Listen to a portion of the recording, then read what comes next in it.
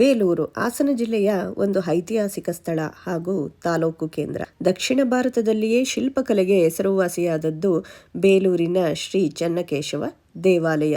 ಇದು ಕೇವಲ ದೇಗುಲವಲ್ಲ, ಕಲಾ ದೇಗುಲ. ಹೊಯ್ಸಳರ ಕಲಾಸಕ್ತಿಯ ಪ್ರತಿಬಿಂಬ. ಹೊಯ್ಸಳ ಶಿಲ್ಪಕಲೆಯ ಅತ್ಯುತ್ತಮ ನಿದರ್ಶನ ಅಂತಾನೆ ಹೇಳ್ಬೋದು. ಬೇಲೂರು ಎಂದೊಡನೆ ಶಿಲ್ಪಸಿರಿಯೇ ಮೈವೆತ್ತ ಚೆನ್ನಕೇಶವ ದೇಗುಲದ ಸೊಬಗು ನಮ್ಮ ಕಣ್ಮುಂದೆ ನಿಲ್ಲುತ್ತದೆ. ಹಾಸನದಿಂದ ಚಿಕ್ಕಮಗಳೂರಿಗೆ ಸಾಗುವ ರಸ್ತೆಯಲ್ಲಿ ಸುಮಾರು 38 ಕಿಲೋಮೀಟರ್ ದೂರದಲ್ಲಿ ಯಗಜಿ ನದಿಯ ದಂಡೆಯಲ್ಲಿ ಬೇಲೂರು ಪಟ್ಟಣವಿದೆ. ಹೊಯ್ಸಳ ವಾಸ್ತುಶಿಲ್ಪಕ್ಕೆ ಮುಕುಟಪ್ರಾಯದಂತಿರುವಂತಹ ಈ ಊರು ಒಂದು ಸುಸಂಸ್ಕೃತ ಕೇಂದ್ರವೂ ಕೂಡ ಹೌದು.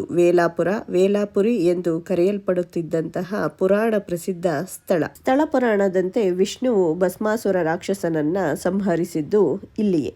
ಹೊಯ್ಸಳರ ದೊರೆ ವಿಷ್ಣುವರ್ಧನನು ಇಲ್ಲಿನ ಶ್ರೀ ಚೆನ್ನಕೇಶವ ವಿಗ್ರಹವನ್ನ ಪ್ರತಿಷ್ಠಾಪನೆ ಮಾಡಿಸಿದನೆಂಬ ಐತಿಹ್ಯಗಳಿವೆ. ಈ ಚೆನ್ನಕೇಶವ ದೇವಾಲಯವು ಒಂದು ಗರ್ಭಗುಡಿಯನ್ನ ಹೊಂದಿದ್ದು ನಕ್ಷತ್ರಾಕಾರದ ತಳವಿನ್ಯಾಸದ ಒಂದು ಬಹು ಸುಂದರ ದೇವಾಲಯವಾಗಿದೆ. ಇದರ ವಿಸ್ತೀರ್ಣ ಪೂರ್ವ ಪಶ್ಚಿಮಕ್ಕೆ 178 ಅಡಿಗಳಾದರೆ ಉತ್ತರಕ್ಕೆ ಮತ್ತೆ ದಕ್ಷಿಣಕ್ಕೆ 156 ಅಡಿ.